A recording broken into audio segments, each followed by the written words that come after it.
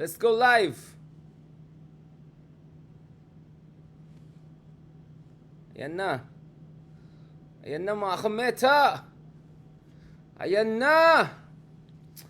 Ayan na mga kameta. Kamusta kayo dyan? Kamusta kayo dyan? Yun! May mga announcement tayo kanina. Kanina lang may announcement tayo habang nandun tayo sa mga ibang engagement natin. Ito from former duly elected Vice President, first runner-up.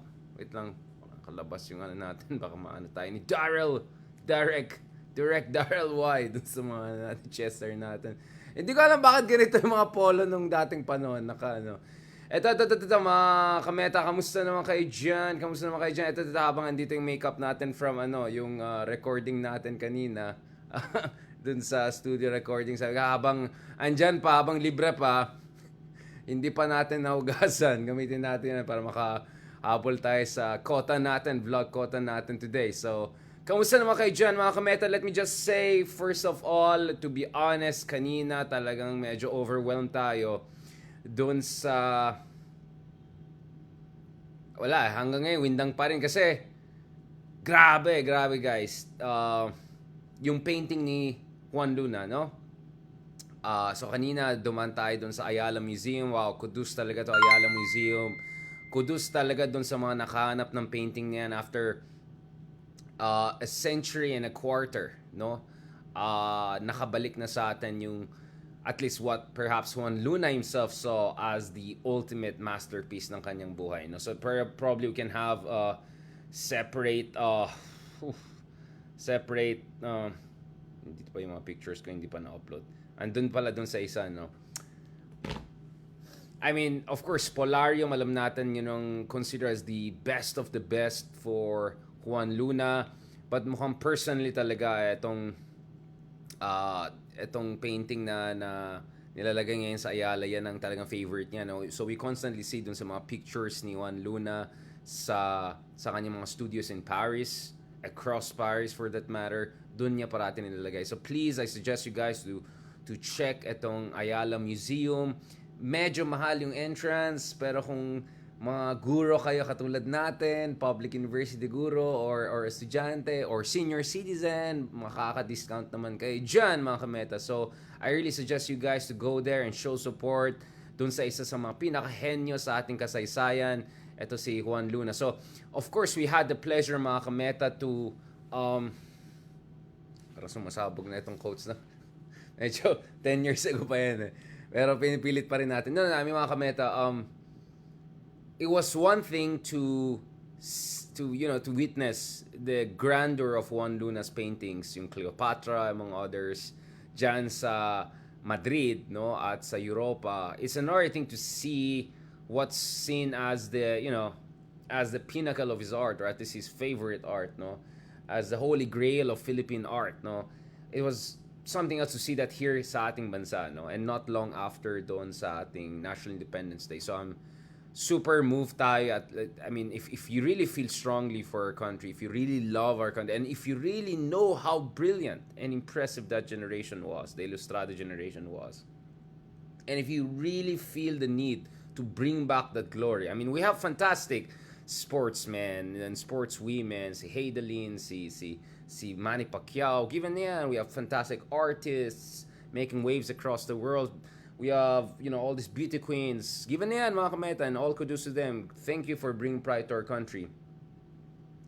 I will also say that ibang klaseng Ilustrado, because these were at the very cutting edge of arts and sciences and philosophy and really uber intellectual activity. So for me, mga kameta, yun yung aking commitment, yun ang aking passion to bring back that Ilustrado glory, and hopefully we can replicate that, a version of that for the 21st century, because we need a Rizal of the 21st century. We need a Juan Luna of the 21st century. We need an Ilustrado 2.0 for the 21st century, because I know that we're capable of that.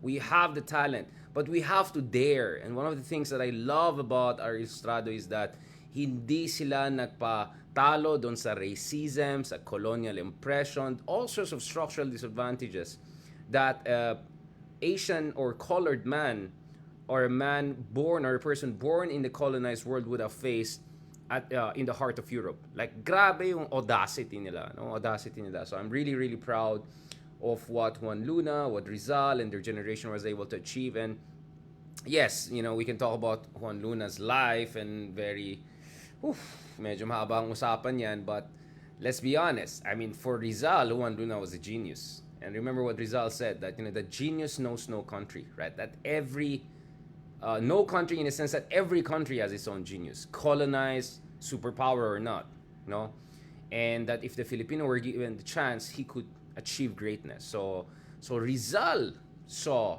more than a spark. He saw the whole, not only spark and sprinkle, whole manifestation of genius in Juan Luna. So please go there, check it on your own.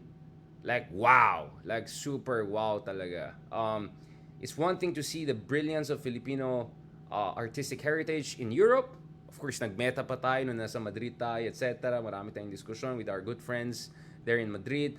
But, I mean, come on. It's something else to see it, his own favorite, you see it here in the Philippines. So, to be honest, there was a moment na medyo confusing feeling natin. I mean, I don't know if I'm overwhelmed, I'm touched, I'm being critical, wag kang senti, relax ka lang dyan, or intimidated. Hindi naman. Actually, I was always inspired. I was never intimidated by Listrados. I was always inspired. Every time I read something from Rizal, see something from Luna, read something about the military genius of General Luna, etc. Again, these were not perfect people, especially the Luna brothers. Alam natin yan.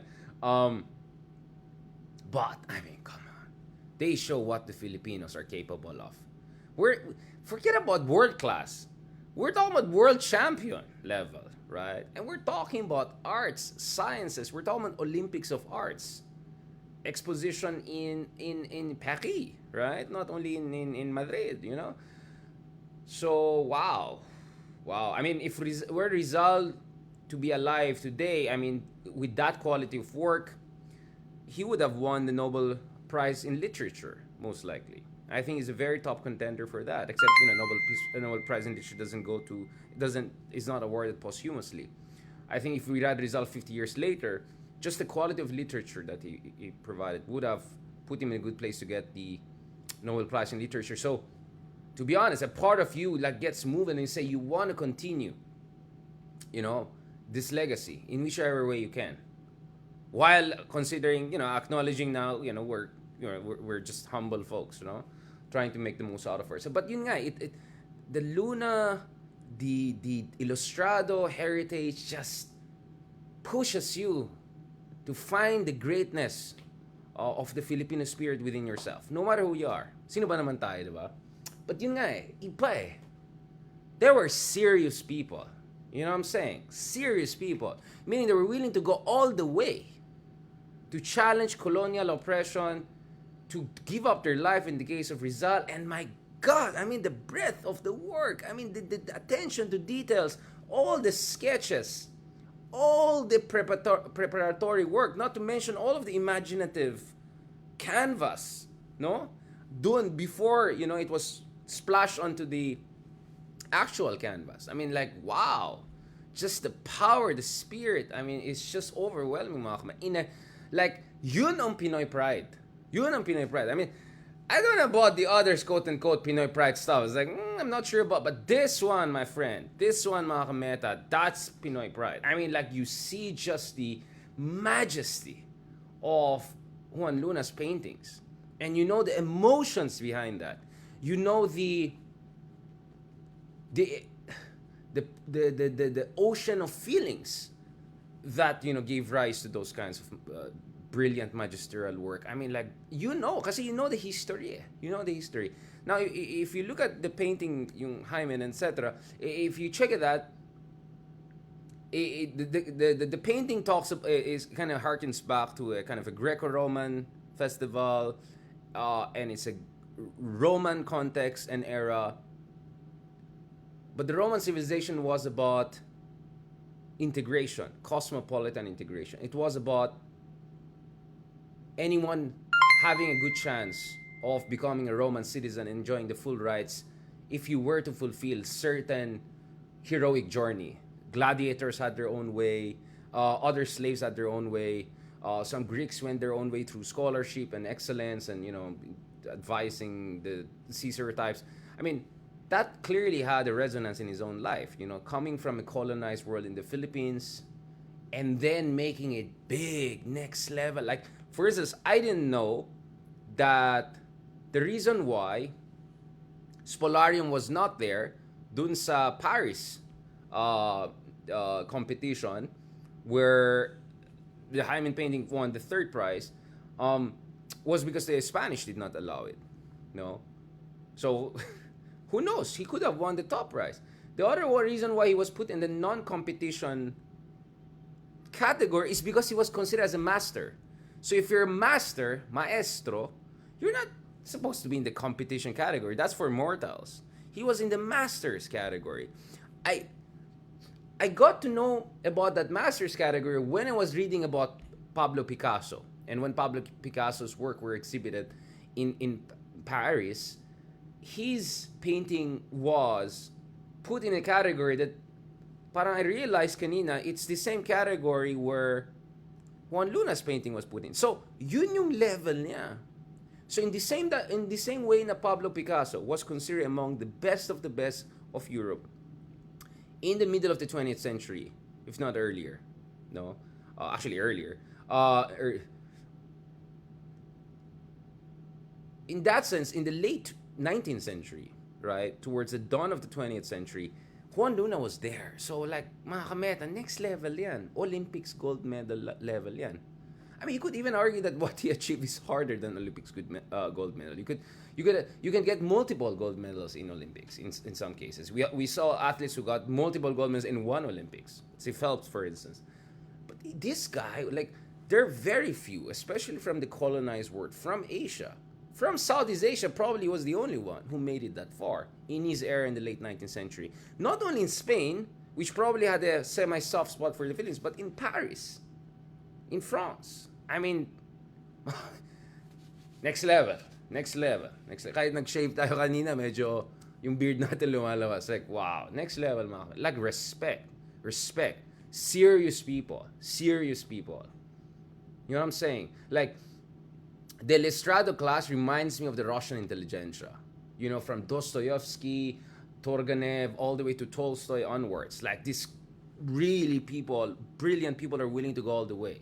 Like, di ba? Ganon yung feels mo pag nakita mo yung mga works nila. I saw the Cleopatra one in Prado Museo in Madrid. But this one is like, wow, next. And wow, kudos to the Ayala Museum for really putting up some brilliant, beautiful it's kasi it's curating it. It's one thing to have a gorgeous magisterial work. It's another thing how you curate it, the whole environment, the feels it gives is like wow. So like for a not split second, but a split hour, if I could put it that way, you could imagine yourself in not maybe Juan Luna's mind, that imaginative volcano. No, but you could imagine yourself in Juan Luna's studio.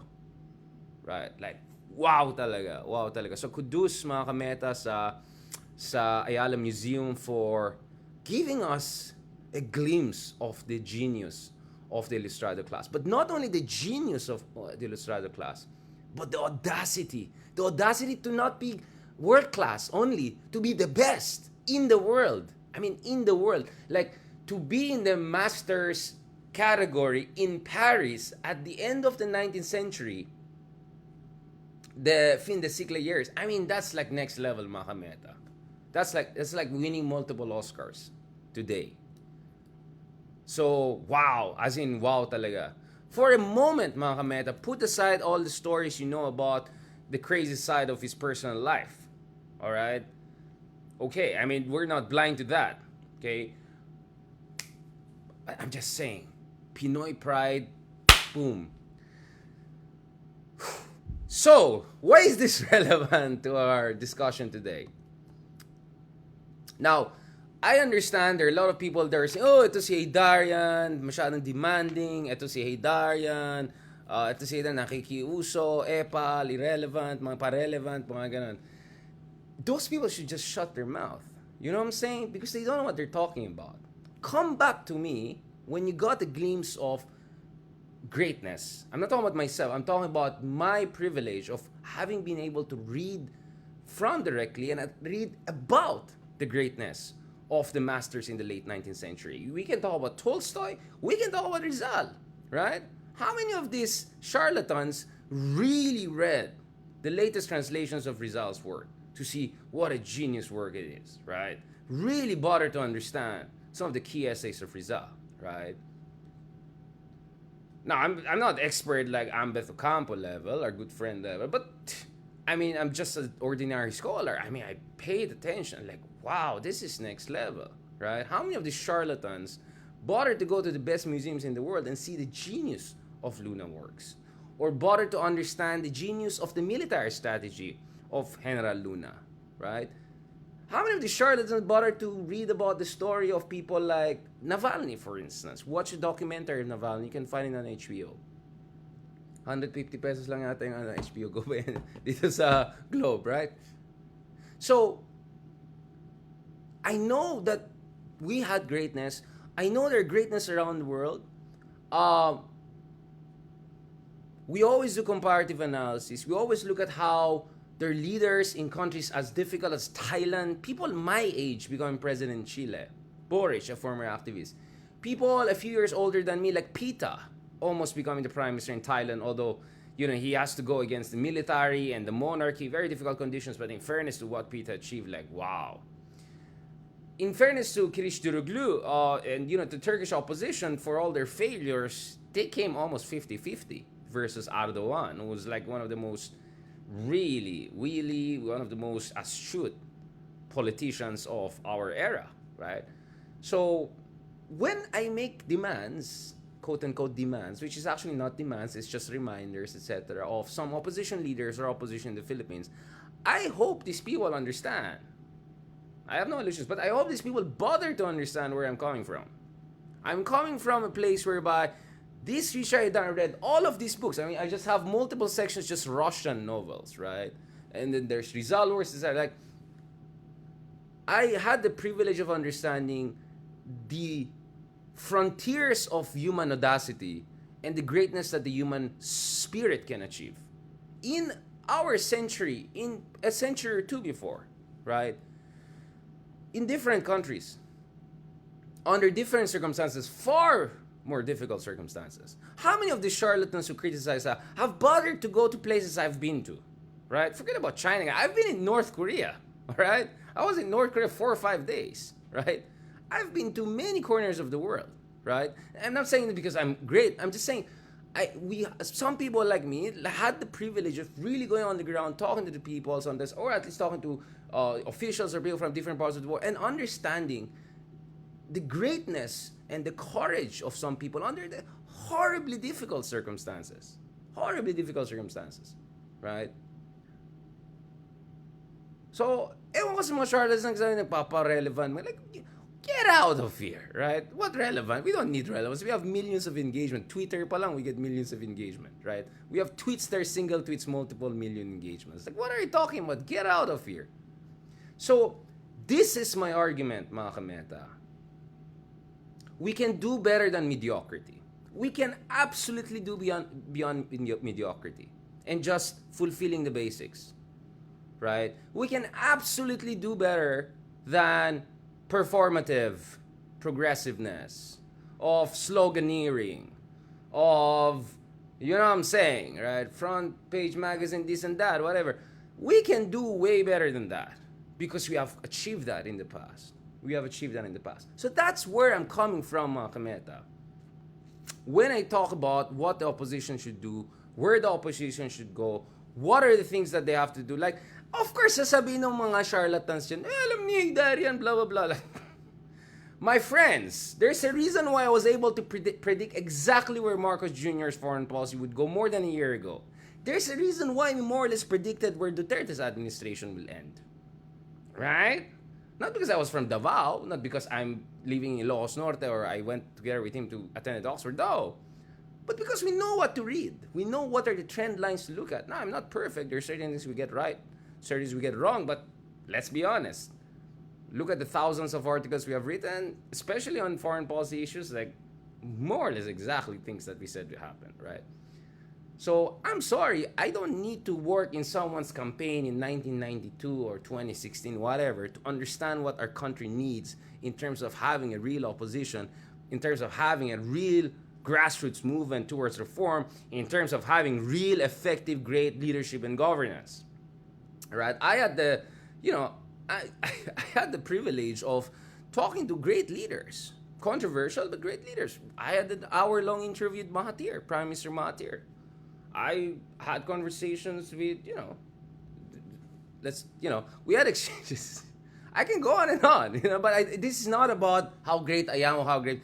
What I'm saying is how I wish people understand that the passion you see in me, that the spirit of pushing the boundaries you see in me, it comes from the recognition that we owe something to the Ilustrada generation. That we owe it to them. We have to honor their legacy to us.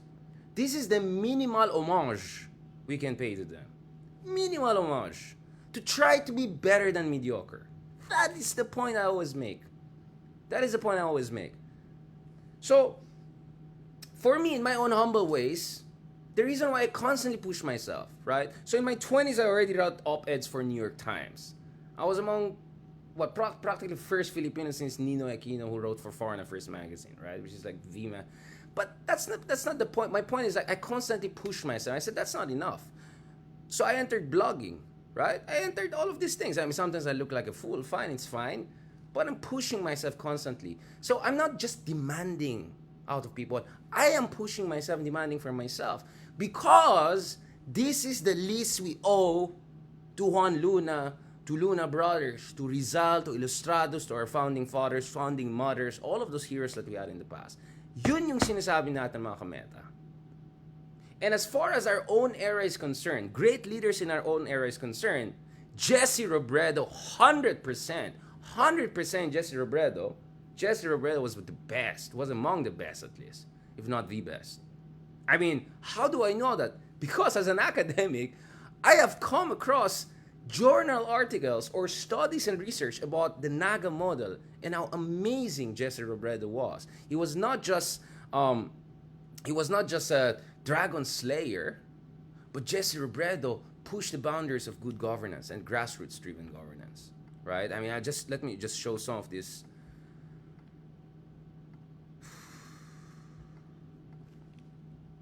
Sorry, like there's just something when you see the greatness of Filipino, right? The greatness we can bring to human civilization. Forget about Philippines or Asia, like just human civilization, the contributions we have made. So you go. I mean, you see these papers. This is you can find these papers about Jesse Robredo, the Naga model, dun sa Princeton University website. No, you can find it. There are research papers I've seen from Southeast Asia, from Philippines, among others, about the Naga model of governance. By, for, a government of, by, and for the people. No, I mean, like, transformative governance, every sense of the word. Every sense of the word. No? And yung mga naka-sneak peek dun sa discussion namin with Ronald Llamas, for instance, the other day,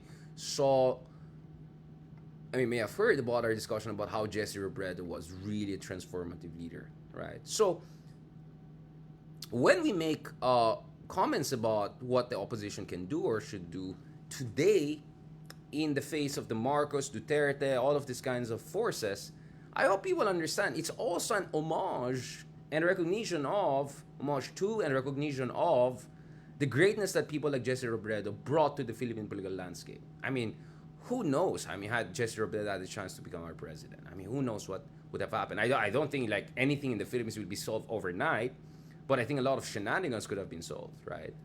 And we know very well that Vice President LENI Robredo's own political journey is a way of paying homage, right? Of recognizing, of honoring the great legacy of Jesse Robredo.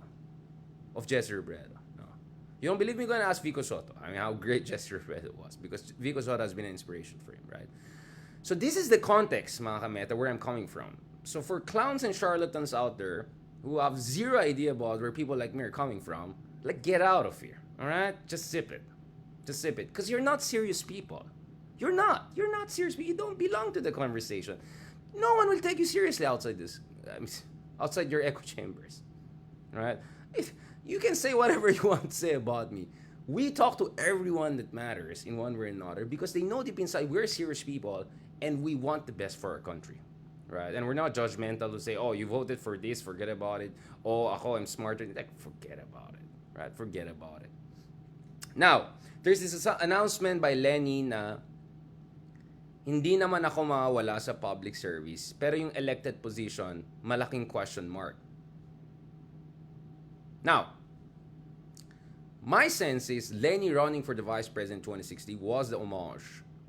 And running 2022 was a kind of a personal sacrifice. And kudos to her. Now, again, to be clear, I said we should have done X, Y, and Z. If you're Team A, we should have done X, Y, and Z if you're Team B. Yes, I've said what I've said based on my analysis of the lay of the land. But she paid her homage in 2016. She won against Marcos, whatever I don't want to say. She made a kind of personal sacrifice in 2022, subjecting herself to second very grueling round of elections. So now, if Leni Robredo is saying that she might need respite or she might need to reconsider things, I think she has earned that. I think she has earned that. For me, provided that there is enough support by her supporters for alternative leaders, and that's why I always talk about Riza Hontiveros, for instance, right? Now, it's good that Leni also mentioned the fact that she's gonna remain a public servant and that she's public service forever, right? Public service, sana all, diba? But as I said, all due respect, she earned it. She paid already her homage. She fought very hard, and I think everyone else has to step up. And I'm glad that there are people like Leni who have the humility and the goodwill to also recognize their limitations or their need for respite and recovery and rejuvenation. So respect. And she's right. Public service is not just about elected office. Having said that, and this is where I want to end our conversation, mga kameta medyo gabi na, I think it's almost a sure shot if she runs for congresswoman or mayor in her immediate constituency. I'm not very sure if she runs for governor. I think that would be quite a different task. Now, if she runs LGU level, that gives her certain advantages because it allows her to build on that Naga model 2.0 for the 21st century. And let's see what the next generation of Robredos is going to do because they're extremely, extremely accomplished people, right? Her daughters are extremely accomplished people, and all kudos and respect to them. And they're good people. They have a good heart. Clean governance, effective governance, something that they could fight for. So LG is one option, but my sense is maybe the Senate is worth fighting for because the situation of only Riza as being the only opposition leader, it's very hard. I think it's kind of difficult to push for really progressive reform if you have a situation like that. Now, the semi-good news is that even based on some of the surveys, Leni is within striking distance of Magic 12, and I think if she really throws her lot in, I think she could be in a good position to win. I mean, like, for instance, some of the preliminary put her vote at 7 million. She won more than 15 million votes, right, as a president. So the idea of her winning half of that as a senator is like, very questionable yun. I think she can push it easily to within striking distance to top. And especially because marami dito sa nagta-top 12, kutob ko, dalawa-tatlo dyan, hindi naman tatakbo eh. Right? So there's still a lot of room that pushes up Leni immediately. So I think she's very much within the top 12. And despite everything that has happened, Leni is still considered as one of the top 3 candidates for the presidency, even based on some of the surveys that folks in the opposition would say bias and leading, whatever. Like, sige, granted all of that, she's still within the top 3 consideration. But then again, it's Leni's call. If she doesn't want to run for office anymore, it's her call. And she wants to be a public servant, a grassroots leader, that's her call. Maybe it's the next generation of Robredos who can step in. All respect. I hope whatever her decision is, she'll also support the other elected opposition leaders that are out there 100% if she really decides not to go elected office. But my sense, if she runs for elected office, wins the Senate, etc., she can be even more helpful to Riza, at least in certain direct political way. But I also see where the former vice president is coming from, because in many ways, the fight for the soul of Philippine democracy, it's a grassroots fight fundamentally. Because even if you put the best leaders up there in Malacanang, right, kung hindi maayos dun sa fundamentals, hindi masusustain yung good governance. And nakita natin yun sa panahon ni Pinoy, no? Hindi siya nasusustain kasi purong trapo na yun nandun sa Kongreso, right? And so on and so forth, right? So on that note, thank you very much mga kameta. Salamat. I hope hindi kayo na sa ating mga alam niyo na, fuego, di ba? Fuego with principles, mga ganun. So on that note, thank you very much mga kameta. Maraming salamat. Kanina pala may mga nakita tayong mga kameta rin pala nung bumibili tayo ng natin, para sa furniture natin. Kasto yung discount na. Next time, thank you very much ma'am. It was a pleasure meeting you. Next time, endorse na lang namin ha, para sa just kidding. Nagpapa-feeling vlogger, no? But again, that's what I'm saying. We're serious people.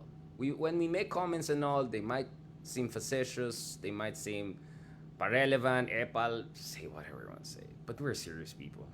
And serious people know who are serious people. The few serious people in this country know we are serious people. Alright? And that's what all matters. For the charlatans and clowns, sorry na lang, hangin dyan na lang kayo. But anyway, it's not about them. This is about continuing what the Ilustrado class started. This is about honoring the greatness they brought into existence. This is about having our own Ilustrado 2.0 for the 21st century, for a democratic, independent Philippines, for true independence. On that note, maraming salamat mga kameta. God bless the Philippines, and God willing, we'll continue this fight for the better Philippines. Maraming salamat.